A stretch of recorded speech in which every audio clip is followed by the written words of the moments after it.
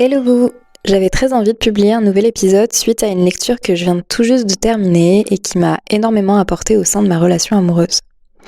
En ce moment, nous sommes en train d'acquérir une maison proche de Tours avec mon chéri et qui dit acquisition d'un bien, dit bien évidemment emménagement à deux. Alors on vivait déjà ensemble, même si c'était plus un squat de ma part chez lui depuis notre retour de voyage en Islande qui date d'1 an, mais aujourd'hui on se lance réellement dans le projet d'avoir un chez nous rien qu'à nous. Et ce genre de projet, pour être honnête, c'est assez challengeant parce que je n'ai jamais vécu avec un chéri réellement au quotidien hormis lui, et fort heureusement c'est une grande découverte et j'adore ça. Mais du coup, beaucoup de choses dans mon fort intérieur ont été chamboulées et ont fait remonter des souvenirs, des mémoires, des peurs et des appréhensions pas très agréables que je comprenais pas forcément au départ. Comme je déteste ne pas comprendre, causer du souci à mon cher et tendre pour qui cette grande aventure, bien que merveilleuse, soit tout autant challengeante, mais surtout que j'adore en découvrir plus sur moi, nous et évoluer, j'ai eu envie de farfouiller ici et là afin d'en apprendre plus sur la dynamique qu'un couple pouvait parfois avoir. En effet, je sens qu'on est en train de passer un grand cap dans l'évolution de notre relation et que lui comme moi avons très envie de devenir le et la plus authentique pour l'autre.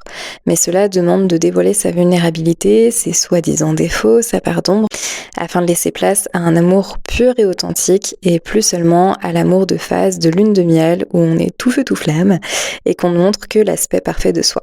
Nous savons que l'humain est en constant changement et donc par écho que le couple que l'on forme l'est également.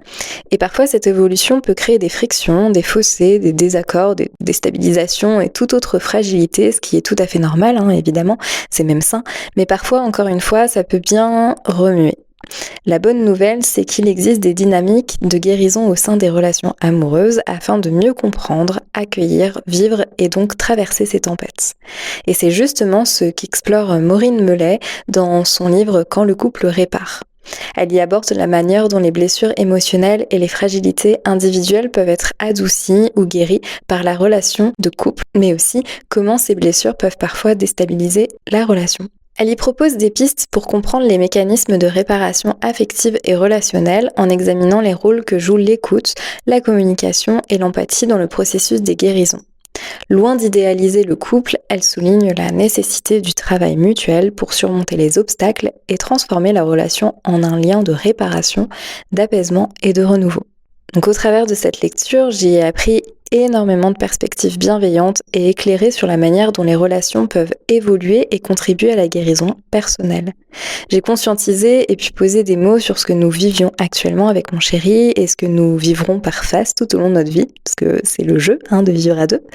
J'ai adoré en apprendre autant et partager avec mon autre quelques passages et cela a encore plus renforcé ma passion pour ces grands sujets que sont l'amour, le couple, mais surtout mes communications avec mon amoureux. Si vous la connaissez pas, Maureen a un compte Instagram passionnant dans lequel elle y partage énormément de ressources avec son propre chéri, en plus de proposer des ateliers en tant que thérapeute spécialisée dans les relations humaines, notamment les dynamiques du couple. Alors aujourd'hui, je vous enregistre cet épisode car ces apprentissages que j'ai eus lors de cette lecture pourront, je pense, vous faire tout autant de bien qu'ils m'en ont fait. Moi qui suis effrayée par la moindre petite dispute et ou tension avec qui que ce soit, j'en suis venue à me dire à la fin de ce livre « Et si les conflits, les blessures et les défis n'étaient pas des signes d'échec, mais des opportunités pour grandir ensemble ?» Pendant très longtemps, j'avais en tête cette phrase que beaucoup répètent et que j'entends souvent chez mes clients « Comment veux-tu que les autres t'aiment si tu n'es pas capable de t'aimer toi-même ?» Moi-même, je m'y accrochais fermement, persuadée qu'elle détenait une vérité fondamentale, et aussi parce que je l'entendais très souvent dite par RuPaul à la fin de chaque épisode de Drag Race. Mais blague à part, j'ai travaillé sur moi, cherchant à m'aimer davantage, à combler mes failles, à me suffire. Pourtant, malgré tous ces efforts, je me retrouvais encore et encore piégée dans les mêmes schémas amoureux. Je jouais inconsciemment le même rôle, celui de la sauveuse, toujours en quête, toujours en mouvement d'aide à l'autre, mais épuisée, insatisfaite, dans l'attente et finalement délaissée. Un jour, j'ai pris une décision qui a tout changé, celle de m'autoriser une relation authentique. J'ai accepté de déposer mon armure et de révéler mes vulnérabilités non plus comme des faiblesses à dissimuler, mais comme des passerelles vers une connexion plus profonde. J'ai cessé d'endosser le rôle de la petite amie parfaite car j'ai compris qu'elle n'existait pas. Ce n'était qu'un masque, qu'un personnage que je jouais, persuadée qu'il suffirait à me faire aimer comme je l'espérais. Mais en réalité, cela ne faisait que m'éloigner de moi-même. Ce chemin vers l'authenticité n'a pas été simple. Il m'a fallu traverser de longs moments d'introspection, affronter mes contradictions, mes paradoxes et mener une véritable guerre intérieure. J'ai dû accepter mes blessures et mes traumatismes passés, non plus comme des fardeaux à porter, mais comme des parts de moi à comprendre et à apaiser. Plus encore, j'ai cherché à décrypter pourquoi j'avais accepté de me perdre dans des relations qui ne me respectaient pas, pourquoi j'avais laissé certaines limites être franchies. Et c'est ainsi que pas à pas, j'ai appris à me traiter avec plus de douceur, de bienveillance et de respect. Lorsque j'ai pris cette décision, j'étais déjà avec mon chéri actuel. Et pour être honnête, je lui ai en effet voir de toutes les couleurs. Mais par chance, ou peut-être simplement par amour, il a choisi de rester plutôt que de fuir. Il a tenu bon, traversant chaque épreuve main dans la main avec moi. Il n'a jamais lâché prise, non seulement pour se réparer lui-même, mais aussi pour m'aider à me réparer et finalement pour renforcer notre lien. Ensemble, nous avons fait le choix de grandir, non pas chacun de notre côté, mais à deux, dans cette dynamique d'évolution mutuelle. L'amour ne repose plus sur une perfection illusoire, mais sur une vérité partagée. Il s'ancre dans un engagement sincère, celui de cheminer ensemble, d'apprendre l'un de l'autre et d'évoluer non pas seul, mais encore une fois main dans la main. Alors non, je vous arrête là, l'amour linéaire, fluide, où deux âmes s'accordent parfaitement et avancent ensemble vers une harmonie sans faille, ça n'existe pas. Et cette vision, même ce mythe du couple comme un long fleuve tranquille, s'il n'est pas déconstruit, peut devenir source de désillusion et de souffrance. Et ça a longtemps été le cas pour moi, et c'est d'ailleurs pour ça que je n'osais pas sortir de ce rôle de la petite amie parfaite, car si je me disputais, je pensais que cela voulait dire que mon couple allait mal et que c'était de ma faute. La réalité, c'est que le couple est un espace vivant, traversé par des tensions, des ajustements, des crises parfois, comme tout le monde évidemment, non pas parce qu'il est voué à l'échec, mais parce qu'il est un lieu de transformation. Il ne s'agit pas de chercher un état figé de bonheur, mais d'accepter que la relation évolue, se réinvente et nous invite à nous questionner sur nous-mêmes. Les conflits ne sont pas des signes d'incompatibilité, mais des opportunités de croissance. Ils révèlent des blessures, des attentes inconscientes, des modèles hérités. À travers eux, le couple nous confronte à nos limites et nous pousse à développer des nouvelles ressources relationnelles. Il n'est pas un havre immuable, mais un espace d'apprentissage où chacun, individuellement et ensemble, peut grandir. Accepter cette réalité, c'est renoncer à l'idéal du couple parfait pour entrer dans une dynamique plus authentique et consciente. Et pour ma part, c'est ce que j'ai choisi de faire depuis cette lecture. C'est comprendre que l'amour ne se trouve pas dans l'absence de difficultés, mais dans la capacité à les traverser, à en faire des leviers de transformation et non des motifs de rupture. Le couple, lorsqu'il est vécu comme une expérience de réparation et de construction mutuelle, un art de vivre ou encore une philosophie, devient alors un lieu d'expansion personnelle et relationnelle. Il nous apprend à aimer autrement, avec lucidité, avec souplesse et surtout avec la volonté de faire de la relation un terrain d'évolution plutôt qu'un simple refuge. La réparation dans le couple, c'est un processus essentiel, une véritable opportunité de transformation, et je ne fais que le dire depuis tout à l'heure. Mais selon Maureen, le concept de réparation repose sur l'idée que la relation amoureuse peut être un espace privilégié pour guérir les blessures émotionnelles et favoriser la croissance personnelle. Et c'est précisément ce qui m'a profondément touchée. Pour certains, cette réparation passe par un cheminement solitaire, un travail de développement personnel mené individuellement. Mais pour d'autres, et ce fut mon cas, elle peut se faire à travers la relation de couple. J'ai découvert que lorsque deux partenaires choisissent de devenir des alliés, une véritable équipe engagée dans un processus de développement mutuel, la relation devient alors une initiation, un chemin qui éclaire nos failles, nos blessures enfouies et nos peurs. Elle agit comme un miroir mettant en lumière ce qui demande à être guéri en nous et pour notre lien. Dans cette vision, le couple n'est plus seulement une source de bonheur ou de stabilité, mais un véritable espace de soutien et de transformation. Les conflits, les tensions et les épreuves ne sont plus perçus comme des signes d'échec, mais comme des occasions précieuses d'exploration de soi et de guérison. Il nous renvoie souvent à des blessures plus profondes, parfois ancrées depuis l'enfance, et nous invite à les comprendre et à les dépasser. Car oui, vous vous en doutez sûrement, mais nos relations amoureuses ne naissent pas dans un vide émotionnel. Elles sont souvent imprégnées des expériences que nous avons vécues bien avant, qu'elles soient issues de notre histoire familiale ou de nos relations passées. Les blessures non guéries de notre enfance ou de nos anciennes relations amoureuses s'invitent parfois discrètement, parfois brutalement dans notre couple actuel. Elles influencent notre manière d'aimer, de réagir et de nous attacher. Par les empreintes familiales, un modèle inconscient peut être mis en place et ancré pour notre relation future. Donc très souvent, on va porter attention à nos parents, mais étant kinésiologue, je travaille beaucoup sur la mémoire cellulaire, donc la mémoire du corps, et en séance, on se rend compte que certes, il y a l'histoire parentale, mais il y a aussi l'histoire de toute la généalogie qui peut nous toucher. En effet, dès notre plus jeune âge, nous apprenons à aimer et à être aimés à travers notre environnement familial, nos figures d'attachement, parents ou proches. C'est eux qui finalement nous transmettent inconsciemment ces schémas relationnels qui peuvent être sécurisants ou au contraire qui peuvent être blessants. Par exemple, un manque d'attention ou d'affection dans l'enfance peut se traduire par une peur de l'abandon ou une difficulté à exprimer ses besoins dans le couple. Un parent critique ou distant peut amener à développer une hypervigilance émotionnelle, une peur de ne jamais être assez bien ou un besoin constant de validation par les autres. Un environnement instable ou conflictuel peut générer une tendance à la méfiance, à l'hyperindépendance ou à l'inverse à une dépendance affective forte. Sans en avoir conscience, nous pouvons reproduire ces schémas dans notre vie amoureuse, rejoignant des dynamiques connues même si elles nous font souffrir. C'est ce qu'on appelle la fameuse zone de confort. La réalité, c'est que cette zone de confort, bien qu'elle soit soi-disant confortable, parce que on connaît nos schémas, on connaît la réaction, on connaît l'histoire, la vérité, c'est que elle est très souvent inconfortable. Ensuite, chaque relation passée, bien évidemment, laisse une trace.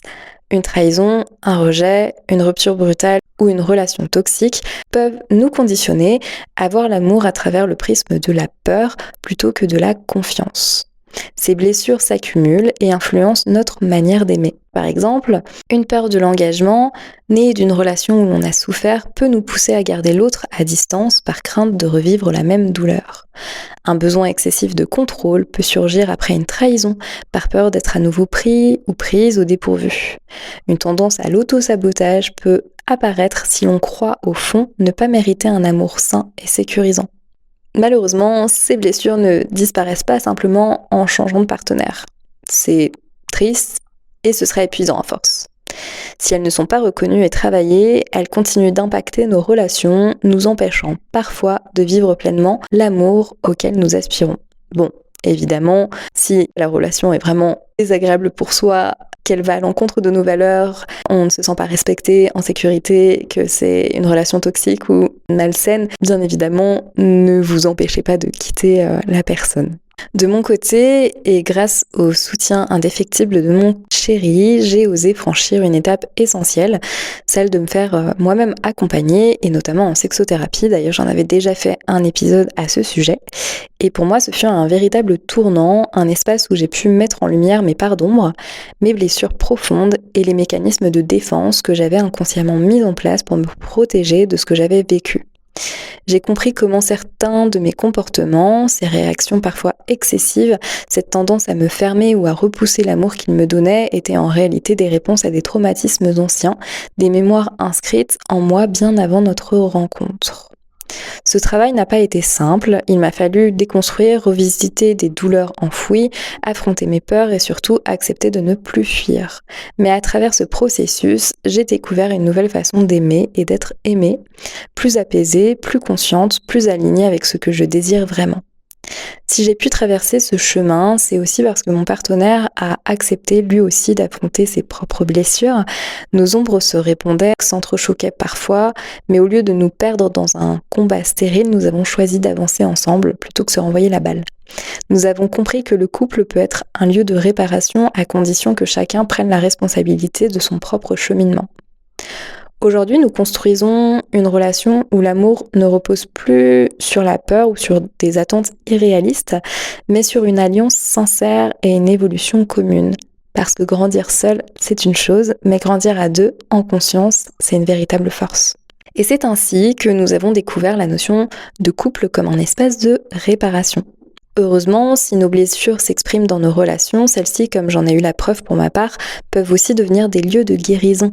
Le couple peut être un espace où l'on apprend à identifier ces mécanismes hérités du passé, à les comprendre et à les transformer. Dans une relation où les partenaires se voient comme des alliés, où l'écoute et la bienveillance sont présentes, il devient possible d'apaiser ces blessures. En prenant conscience des schémas que nous reproduisons, nous pouvons choisir d'agir différemment et de ne plus laisser le passé dicter notre présent. En accueillant nos vulnérabilités sans peur du rejet, nous créons un lien plus profond et authentique. Et en apprenant à poser des limites saines et à exprimer nos besoins, nous transformons nos relations en espaces de respect et de croissance mutuelle. Le couple ne répare pas tout à lui seul, mais il offre un terrain où l'amour devient un soutien, un guide. Et ce n'est pas en cherchant un partenaire qui comblera nos manques que l'on guérit, mais en osant être vu dans notre vérité, en acceptant de cheminer ensemble et en faisant de la relation un lieu où chacun peut évoluer en conscience et en authenticité de qui il est réellement. Ainsi, nos blessures passées ne sont plus des poids qui nous entravent, mais des clés précieuses qui nous permettent de mieux nous comprendre et d'aimer plus justement et plus librement. En adoptant cette perspective, la relation amoureuse devient alors bien un lieu où chacun s'engage à voir et à accueillir l'autre dans toute sa vérité, avec ses forces et ses fragilités.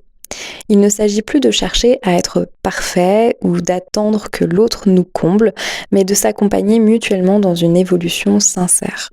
Cette dynamique crée un espace sécurisant et réparateur où chacun peut grandir, s'épanouir et, ensemble, traverser les épreuves de la vie avec plus de résilience et de profondeur. Pendant un moment, je pensais que ce qu'on avait vécu avec mon copain était des bases de notre relation et du début de notre relation qui étaient instables ou pas très fédératrices pour la suite. Mais en ayant été accompagnée par ma thérapeute, j'ai réalisé que finalement, on venait réparer, renforcer les bases de notre relation pour que ce qu'on construira après dans le futur soit encore plus solide. De mon côté, j'ai ressenti de véritables changements dans ma manière de fonctionner et de me comporter avec mon copain, et pour le mieux, évidemment. Mais ce changement ne s'est pas fait du jour au lendemain. Il a fallu comprendre que dans toute relation, nous ne sommes pas uniquement deux adultes amoureux, nous sommes, comme nous l'avons vu juste avant, aussi les héritiers de nos histoires, de nos blessures passées et parfois même de nos traumatismes. Maureen parle de 3 archétypes que je trouve très pertinents qui influencent notre manière d'aimer et d'interagir dans le couple. L'enfant blessé, le jeune adulte en colère et l'adulte responsable. J'ai réalisé à quel point ces 3 parts de nous pouvaient prendre le contrôle sans même que nous en ayons conscience et à quel point elles pouvaient compliquer la relation si nous ne les reconnaissons pas. Et on le voit souvent quand on commence à faire attention à ça et à connaître ces 3 archétypes, on réalise que, un petit peu comme dans le triangle de Karpman avec le persécuteur, le sauveur et la victime, lors d'une discussion avec son ou sa conjointe, on a tendance aussi à faire apparaître ces 3 archétypes. Le jeune adulte en colère, l'enfant blessé, et puis l'adulte responsable qui réussit à réinstaurer de l'ordre lors d'une discussion ou d'une dispute. On pense souvent à tort qu'un couple harmonieux, c'est un couple sans dispute. Pourtant, les conflits sont inévitables, mais même dans toutes les relations, et même nécessaires. Ils sont le reflet des blessures, des attentes et des peurs de chacun. Ils ne sont pas le signe que la relation est vouée à l'échec, encore une fois, mais plutôt une invitation à grandir, à mieux se comprendre et à évoluer ensemble. Je mets vraiment le point là-dessus parce que c'est tellement ça qui est à comprendre. Dans mon couple, j'ai longtemps fui ces moments de tension face à mon partenaire par peur, par habitude et par protection. J'avais une peur viscérale que si je laissais mes pensées et mes émotions s'exprimer librement, il pourrait m'abandonner ou me remplacer. C'était une peur irrationnelle mais profondément ancrée par ce que j'avais vécu par le passé avec mes anciennes relations. Cette peur alimentait mon biais de confirmation, renforçant l'idée que à chaque fois que j'exprimais mes besoins ou mes doutes, je risquais de perdre l'autre. Pour une grande part, c'est ce qui s'était effectivement passé dans mes relations passées. Chaque parole, chaque émotion partagée avait fini par mener à une rupture ou à une forme de rejet ou à une tromperie. Alors ce mécanisme de protection s'est installé et j'ai continué à entretenir cette armure qui m'empêchait de m'ouvrir complètement. Cependant, malgré cela, l'histoire s'est répétée avec mon partenaire actuel. Pourtant, une différence s'est installée. Au lieu de garder tout pour moi ou de me replier dans mes vieux schémas de fuite, j'ai choisi d'affronter ces peurs transformées en colère, parfois même en haine. Mais au lieu de lui en parler, de m'ouvrir à lui, de me montrer authentique directement, je les ai partagés avec d'autres, des amis, des proches, des personnes extérieures à notre relation. Je pensais que me défendre était la seule option pour ne pas souffrir. Après tout, dans mon esprit, l'attaque était un mécanisme de survie.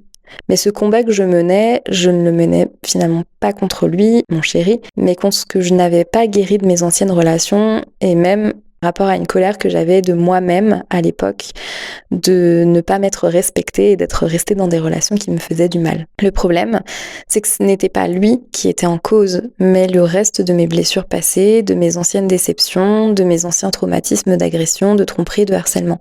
Et pourtant, le pauvre, c'est lui qui payait les conséquences. Il n'était pas l'ennemi, il était comme moi, pris dans ce tourbillon de blessures mal guéries. Plus j'essayais d'éviter la douleur, plus elle revenait sous d'autres formes. Au lieu de guérir, elle se transformait, prenant de nouvelles formes, colère, frustration, incompréhension, mensonge. Mes réactions devenaient de plus en plus incohérentes, mes attentes floues et mes besoins mal exprimés. Le pire, c'est qu'à force de cacher mes véritables ressentis à mon chéri, de tout garder pour moi, une énorme distance s'est installée entre nous, alimentant de profondes incompréhensions. Mes blessures passées faisaient se réveiller en lui les siennes. Il percevait mon malaise sans pouvoir en saisir les racines. Le problème devenait de plus en plus épais, comme un brouillard que je n'osais dissiper, un château de cartes que j'avais construit et qui risquait à tout moment de s'effondrer à force de ne pas vouloir exprimer mes vérités, de mentir et de me mentir à moi-même également. En fait, le mieux, et ce que j'ai finalement compris, aurait été de communiquer ouvertement, de partager ce qui se passait en moi, même si c'était difficile, même si ça me terrifiait. Au lieu de gérer mes émotions dans mon coin, en les refoulant ou de chercher à les évacuer auprès d'autres personnes qui n'étaient pas concernées, j'aurais dû poser mes vulnérabilités devant lui. C'est dans cet espace de vulnérabilité partagée que la réparation aurait pu commencer.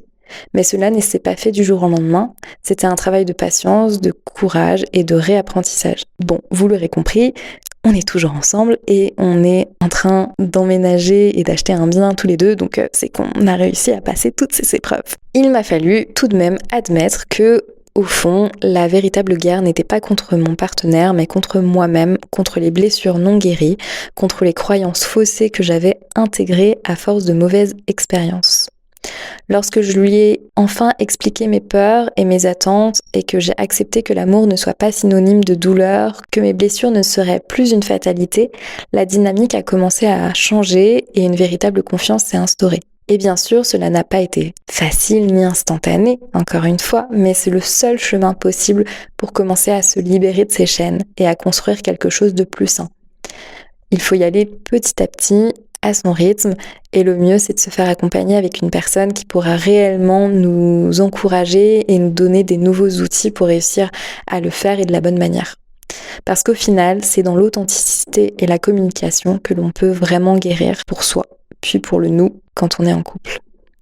Alors vous comprenez, ce n'était pas mon partenaire le problème, mais bien ce que nos conflits révélaient en moi et qui faisait s'exprimer mes archétypes de l'enfant blessé et du jeune adulte en colère. Pour aller plus loin et pour que vous compreniez réellement ce que font et ce que sont ces archétypes, je vais un petit peu vous les décrire. Donc l'enfant blessé, c'est celui qui porte les douleurs du passé. Il est cette part de nous qui a été marquée par des blessures profondes, souvent issues de l'enfance ou des premières expériences amoureuses. Il ressent le rejet, l'abandon, l'humiliation ou le manque d'amour qu'il a pu vivre. Pour se protéger, il va mettre en place des mécanismes de défense qui sont inconscients. Et dans mon couple, face à ce que je vous partageais précédemment, c'est exactement ce qui se passait. J'ai longtemps laissé mon enfant blessé parler à ma place. Sans vouloir, je projetais sur mon chéri des douleurs qui ne lui appartenaient pas. Chaque fois qu'il disait ou faisait quelque chose qui réveillait en moi une peur viscérale, mon inconscient me soufflait directement « il va m'abandonner, je ne suis pas assez, il va me remplacer par quelqu'un de mieux que moi, etc. » Bon, bien évidemment, c'était associé à un manque d'estime et de confiance en soi, c'est clair. Mais ces pensées automatiques me faisaient vraiment réagir de manière disproportionnée, alors qu'en réalité, lui, de son côté, il faisait rien de mal. Il faisait finalement que réactiver des blessures qui étaient non guéries chez moi, mais lui directement, voilà, c'était pas de sa faute. Quand l'enfant blessé n'est pas entendu, c'est souvent le jeune adulte en colère qui prend le relais, donc le deuxième archétype. Cette partie de nous est celle qui a appris à se défendre en attaquant. Il ressent l'injustice, la frustration et refuse de souffrir à nouveau. Il croit qu'il doit se battre pour être respecté et que mieux vaut attaquer avant d'être attaqué. Et c'est exactement ce qui se passait entre nous. Je n'ai pas été simple à vivre, il est vrai, j'ai même été dure avec lui par le passé. Par peur de souffrir, je levais mes barrières, parfois avec des mots tranchants, parfois avec des comportements complètement paradoxaux. Je voulais garder le contrôle pour éviter d'être blessée, mais en réalité, je créais plus de distance et de douleur chez lui, alors que tout venait de moi à la base. Évidemment, lui aussi portait ses propres blessures et mes réactions faisaient écho aux siennes. Nous nous sommes donc renvoyé la balle encore et encore pendant un moment avant de comprendre ce qui se passait. Lui réagissait à ma peur par sa propre peur, à ma colère par sa propre colère. Nos blessures s'entrechoquaient au lieu de s'apaiser. Mais c'est là que j'ai compris une chose essentielle, le couple agit comme un miroir. Il reflète non seulement nos élans d'amour, mais aussi nos vulnérabilités, nos peurs et nos ombres. Chaque conflit, chaque tension était une invitation à regarder finalement en moi ce qui me faisait mal, à interroger mes réactions plutôt que de les subir. Nos disputes ne venaient pas de notre incompatibilité, loin de là et fort heureusement, sinon on n'en serait pas aujourd'hui où nous en sommes, mais ça venait finalement de nos blessures mutuelles qui s'activaient en présence de l'autre. Alors on a décidé ensemble de transformer la crise en opportunité de croissance et c'est finalement lorsque nous avons pris conscience de ce schéma que nous avons commencé à le déconstruire. Heureusement, mon chéri est quelqu'un qui communique énormément et mon Dieu, qu'est-ce que c'est précieux d'être avec un homme qui possède une intelligence émotionnelle aussi fine. Et je souhaite à tous de vivre des relations avec une personne qui a une intelligence émotionnelle présente parce que c'est très agréable. Avec patience, il a appris à lire en moi comme dans un livre ouvert et moi j'ai appris à lui ouvrir ce livre au lieu d'en arracher les pages par peur d'être blessée. J'ai compris que mes anciens mécanismes de protection qui avaient pu m'être utiles un temps étaient devenus toxiques pour notre relation. Car ce n'était pas de lui que je devais me protéger, mais de la mémoire de mes anciennes relations passées. Mais plutôt que de voir nos conflits comme des signes d'échec, nous avons choisi de les voir comme des opportunités de transformation. Nous avons appris à ne plus réagir de manière automatique, à prendre du recul et à comprendre ce que nos blessures respectives cherchaient finalement à nous dire. Et enfin, c'est ce qui nous a permis de faire la connaissance de l'adulte responsable, le dernier archétype, celui qui choisit la conscience et la réparation, celui qu'on devrait tous incarner. Cette part de nous est celle qui prend du recul, qui reconnaît ses blessures et celles de l'autre sans les laisser diriger sa vie. L'adulte responsable ne rejette ni l'enfant blessé, ni le jeune adulte en colère, mais il leur donne un cadre, une voie plus juste. Si nous n'avions pas fait ce travail, chacun de notre côté et ensemble également, nous ne nous en serions pas sortis. Nous serions restés piégés dans ce cercle infernal où nos blessures s'alimentaient mutuellement. Mais nous avons choisi de grandir, de nous regarder avec honnêteté, d'oser parler de ce qui faisait mal. Ça a pris du temps. On est revenu souvent sur certains sujets, plusieurs fois, parfois même à dire les mêmes choses, mais à force de discussion et de compréhension, à chaque fois on comprenait des nouvelles choses, ce qui nous permettait d'avancer. J'ai appris à reconnaître mes réactions défensives, à ne plus voir mon partenaire comme une menace, mais comme un allié, et lui a fait de même. Petit à petit, nous avons remplacé les reproches par des discussions, les réactions impulsives par de l'écoute et la peur par plus de confiance. Puis, pour ma part, j'ai réussi également, avec le travail de ma sexothérapeute, à reconnaître et ressentir les émotions que je pouvais avoir par moment, quand est-ce qu'elles étaient déclenchées et ce qui les faisait se déclencher. Ça m'a permis de reconnaître les triggers que je pouvais avoir et de passer au-dessus et de venir me reconnecter à la réalité pour éviter que les pensées intrusives viennent me monter la tête et me faire partir dans les tours très rapidement. Nous avons transformé notre couple en un espace où chacun peut évoluer sans avoir à se protéger constamment. Parce que c'est ça, un couple allié. 2 personnes qui ne se battent plus l'une contre l'autre, mais qui avancent ensemble en se faisant confiance, en se sécurisant et en se répétant que quoi qu'il arrive, ça ira, même quand les temps seront et sont difficiles. Au final, dans une relation, il est essentiel de savoir jongler entre le je et le nous, entre l'individualité et la collectivité. Chaque partenaire arrive avec son histoire, ses rêves, ses besoins et ses aspirations. L'idée n'est pas de dissoudre l'un dans l'autre, mais de trouver un juste équilibre où chaque individu peut s'épanouir pleinement tout en cultivant une relation saine et forte. Cela implique un travail constant de compréhension de soi, mais aussi de l'autre.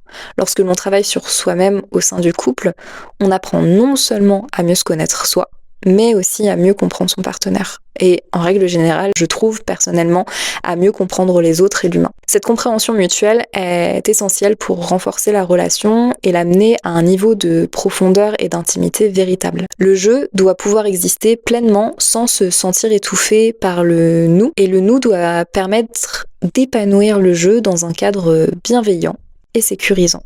Le travail sur soi au sein du couple est alors indispensable pour éviter les incompréhensions et les frustrations.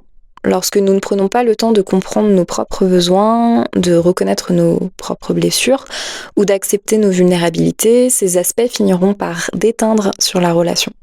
Cela peut créer des tensions, des attentes non dites et à long terme, un sentiment de déconnexion de soi, de l'autre. Avoir un soi épanoui et équilibré est la clé pour mieux aimer l'autre. En travaillant sur nous-mêmes, nous apprenons à mieux communiquer nos besoins, à accepter nos imperfections et à reconnaître celles de notre partenaire.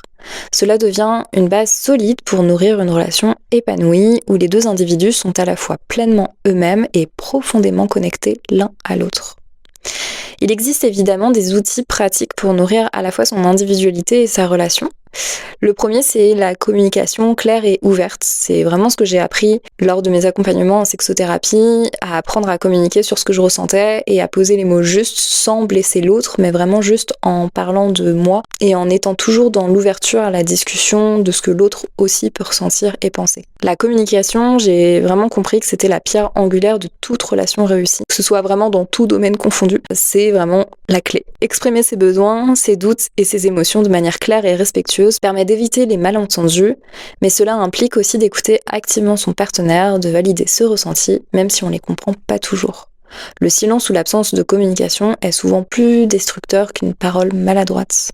En communiquant beaucoup plus, j'ai compris que c'était aussi ce qui avait permis à mon chéri de pouvoir lire en moi comme dans un livre ouvert, parce qu'à force de lui expliquer réellement ce dont j'avais besoin à l'instant T face à un ressenti, une manière de me comporter, lui avait réussi en fait à se créer, on va dire, un petit dictionnaire de mes réactions, de mes comportements et finalement de ce qui venait calmer ces réactions. Par exemple, quand je me mets à pleurer ou quand il voit que je vais être silencieuse, il a appris à me proposer en fait de lui-même si j'avais besoin d'un câlin, si j'avais besoin qu'il me dise quelque chose de particulier. La communication, c'est la clé parce que exprimer réellement ce dont on a besoin de manière factuelle, ça aide aussi l'autre à rentrer beaucoup plus en communication avec nous, en résonance, mais également à perdre moins de temps, à espérer que l'autre devine ce qu'on a en tête et ce dont on a besoin alors que il n'est pas devin et qu'il n'a pas une boule de cristal pour réellement savoir ce qui se passe à l'intérieur de nous. Le mieux, c'est de le dire de manière factuelle. On gagne du temps et on fait gagner du temps. Le second outil découle du premier. Il s'agit du partage de ses vulnérabilités. Partager ses vulnérabilités avec son partenaire, c'est une façon de tisser des liens solides et authentiques. Cela demande du courage, mais c'est en exposant nos fragilités que l'on crée un véritable lien de confiance. Cela permet de créer un environnement où l'amour peut se déployer car la vulnérabilité partagée est la preuve d'un engagement profond l'un envers l'autre. C'est dans cette transparence que l'on peut se soutenir mutuellement, guérissant ensemble nos blessures passées et se faire foncièrement confiance. Et ce que j'ai remarqué encore une fois, c'est que plus j'exprimais mes émotions et que je me laissais les vivre de manière naturelle devant lui, même si voilà, parfois ça me faisait pleurer devant lui, finalement c'est ce qui lui a permis à lui aussi de montrer sa part de vulnérabilité, ses émotions, et aujourd'hui on arrive vraiment à construire et à vivre avec des émotions qui sont tellement saines pour nous, même quand elles sont plus inconfortables, on arrive vraiment à évoluer l'un avec l'autre et c'est trop beau. Le troisième outil, c'est le respect de son espace personnel. Donc dans une relation, il est essentiel de se préserver un espace personnel, même si on partage une vie commune. Chacun doit pouvoir avoir des moments de solitude pour se ressourcer, réfléchir ou se consacrer à ses passions, ses amis, sa profession. Bref, tout ce qui peut nourrir hors du couple. L'équilibre entre les moments de partage et les moments d'introspection est indispensable. L'espace personnel ne doit pas être vu comme un rejet ou un éloignement, mais comme une chance de se retrouver soi pour mieux retrouver l'autre ensuite. Et avouez que lorsque vous êtes nourri, que vous avez passé une super bonne journée sans votre compagne ou compagnon, et que vous avez été fier de vous, vous avez réalisé des victoires, ou fait une exposition, être allé voir des amis au cinéma, qu'importe, mais que vous avez vraiment passé une journée nourrissante pour vous, avouez que l'idée de retrouver votre partenaire vous anime énormément, vous fait plaisir, et que même quand vous vous retrouvez à deux, il y a quelque chose qui est beaucoup plus de l'ordre du partage de soi, mais finalement qui vient vous réunir aussi ensemble, parce que quand l'un est heureux, l'autre le ressent également, et ça vient aussi jouer sur l'émotionnel du couple. Pour nourrir cette belle communication fluide et sincère, mon chéri et moi aimons régulièrement prendre un moment pour nous poser des questions. Ces échanges nous permettent de faire le point sur notre relation, de mieux comprendre nos ressentis respectifs et d'identifier ce que nous aimerions améliorer pour l'avenir. Ce sont des instants précieux où l'on se reconnecte à l'essentiel, notre amour, notre complicité et notre évolution en tant que couple. Parmi les questions que nous aimons explorer ensemble, en voici quelques-unes que je vous invite pourquoi pas à vous poser, à vous et à deux. Quel a été ces derniers mois le moment le plus fort ou le plus heureux pour toi dans notre relation? Y a-t-il un défi que nous avons surmonté ensemble et dont tu es particulièrement fier? Y a-t-il une situation ou un conflit que tu aimerais que l'on revisite pour mieux comprendre ce qui s'est passé? Penses-tu que nous avons été suffisamment attentifs à nos besoins respectifs? Qu'as-tu appris sur toi-même à travers notre relation ces derniers mois? Si tu devais décrire notre relation telle qu'elle est aujourd'hui en 3 mots, quels seraient-ils? Selon toi, quelle est notre plus grande force en tant que couple? Qu'aimerais-tu que je sache sur tes ressentis, notre évolution ou ce que nous avons construit ensemble? Y a-t-il quelque chose que tu aimerais que l'on fasse différemment, en plus ou en moins? Qu'aimerais-tu que nous apportions davantage à notre relation dans le futur, sur le plan émotionnel, physique, spirituel, etc. Y a-t-il un objectif que nous pourrions construire ensemble dans les prochains mois? Y a-t-il une peur ou un sujet dont tu n'as pas encore osé me parler mais que tu aimerais aborder avec moi? Quelle habitude ou tradition aimerais-tu que l'on instaure pour renforcer notre complicité? Si tu devais choisir un mot ou une intention pour guider notre relation dans le futur, lequel serait-il? Ces échanges nous permettent de mieux nous comprendre, d'aligner nos visions et de renforcer la confiance entre nous. Au fil du temps, ils sont devenus un rituel, une sorte de boussole qui nous aide à avancer ensemble avec conscience et bienveillance. J'ai également acheté un petit carnet qui s'appelle 5 ans de ma vie de couple. Donc c'est un carnet où chaque jour vous avez une question à remplir et pendant 5 ans, toutes les questions se répètent d'année en année. Et en fait, on a mis ça en place depuis qu'on habite ensemble et on prend vraiment plaisir chacun à répondre aux questions ensemble. C'est un petit rituel qu'on a mis tous les soirs quand on se voit ou à la fin de la semaine pour faire un point sur ce qui s'est passé dans notre semaine. Ça nous permet aussi de se poser, de se raconter les derniers updates de notre vie, chacun de notre côté. Ou en tout cas, dans tout ce que je vous partage ici, on est d'accord que ça sent bon l'équilibre et l'harmonie. Pourtant, si l'équilibre entre le je et le nous est essentiel, il est tout de même important de se méfier de 2 pièges courants dans lesquels on peut vite tomber et qui peuvent fragiliser la relation. C'est la fusion et l'évitement. La fusion, c'est s'oublier dans le couple. Donc la fusion, elle survient lorsque les 2 partenaires se fondent dans une seule entité au point de s'oublier en tant qu'individu. C'est l'illusion que l'amour signifie tout partager, tout faire ensemble, ne faire qu'un. À première vue, cela peut sembler beau et rassurant, mais en réalité, c'est un effacement progressif de soi.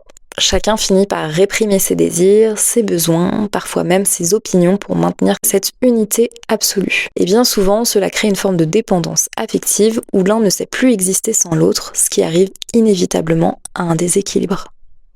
Souvenez-vous, une relation saine, ce n'est pas devenir un seul être, c'est être 2 personnes qui avancent ensemble, chacune avec son propre chemin. D'où l'importance de prendre soin de soi individuellement pour pouvoir prendre soin du nous. Car un couple ne peut être épanoui que si chacun des partenaires se sent libre d'exister pleinement. Donc à l'opposé, il y a l'évitement. Ce comportement, c'est celui qui pousse à fuir les conflits, à éviter les discussions difficiles, à contourner les émotions inconfortable, plutôt que d'affronter ce qui dérange, on met sous le tapis, on se réfugie dans le silence, dans le travail, dans des distractions, et petit à petit, une distance s'installe.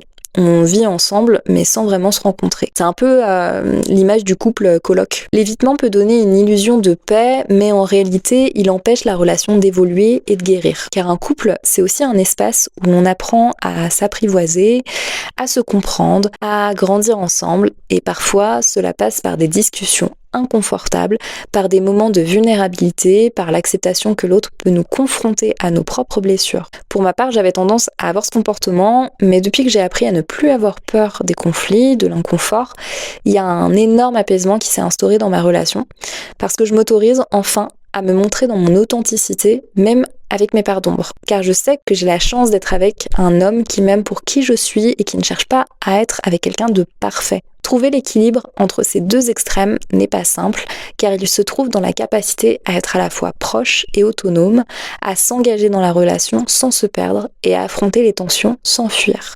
C'est un ajustement permanent, mais c'est aussi ce qui rend le couple vivant et beau. Le fait de m'être confrontée à mes peurs, à mes blessures, à mon passé et à ma vulnérabilité, c'est ce qui m'a vraiment ouvert les yeux sur le fait que me montrer authentique, c'est aussi ce qui allait m'apporter de la confiance et de l'estime de moi-même. Et aujourd'hui, je pense que j'ai réussi à sortir de ce comportement de fuite, du masque de l'évitement, on va dire, parce que j'ai réussi à me confronter à moi-même, à faire connaissance avec moi, dans mes parts d'ombre, à l'accepter, et finalement de me dire, bah voilà, en fait, je suis comme ça, je me suis présentée comme ça à mon compagnon, et quand j'ai vu qu'il m'acceptait tel que je suis, bah finalement c'est là où je me suis complètement ouverte, et lui aussi, et qu'on est rentré dans une relation qui a complètement évolué par rapport à nos débuts. Et qu'aujourd'hui, lui comme moi, on est dans une relation beaucoup plus respectueuse, beaucoup plus saine, beaucoup plus en confiance et en estime de qui on est. En petite conclusion que je peux faire, c'est qu'après cette lecture et à travers mon propre cheminement, je ne cesse de comprendre que le couple est bien plus qu'une simple histoire d'amour. C'est un espace de réparation et de croissance. Une relation amoureuse, quand elle est vécue avec conscience, nous met face à nous-mêmes. Ça, c'est inévitable. Elle révèle nos forces, mais aussi nos failles. Elle appuie parfois là où ça fait mal, comme je vous le disais, non pas pour nous blesser, mais pour nous montrer ce qui a encore besoin d'être guéri. Les conflits et les défis ne sont pas des signes d'échec, mais des opportunités d'évolution, à condition d'oser les voir comme tels. Chaque désaccord, chaque moment de tension peut être un tremplin pour mieux se comprendre, pour affiner notre manière d'aimer et de communiquer. Et c'est justement en trouvant l'équilibre entre le je et le nous que l'on construit une relation qui fait grandir. Un couple où chacun se sent libre d'être pleinement soi-même, tout en nourrissant un lien fort et authentique avec l'autre. Alors, et si nous choisissions d'aimer en conscience, avec nos forces et nos fragilités, plutôt que d'aimer par peur de l'échec? Et vous, qu'est-ce que votre couple vous apprend sur vous-même? Qu'est-ce que cet épisode va vous faire avoir comme déclic ou découverte? Enfin voilà, si cet épisode vous a parlé, je vous invite à partager vos réflexions, à en discuter avec votre partenaire et pourquoi pas à venir échanger avec moi sur les réseaux, j'en serais très touchée et très honorée. Parce que chaque histoire est unique, je vous encourage vraiment à lire Quand le couple répare de Maureen Mellet, car il vous apportera beaucoup.